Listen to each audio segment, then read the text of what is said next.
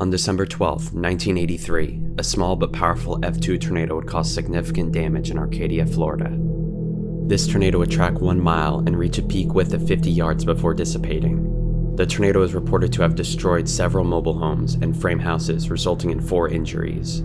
For example, one man, Robert Van Devinger, suffered a broken back when he was thrown from his mobile home. Total damage was estimated at approximately $250,000 US.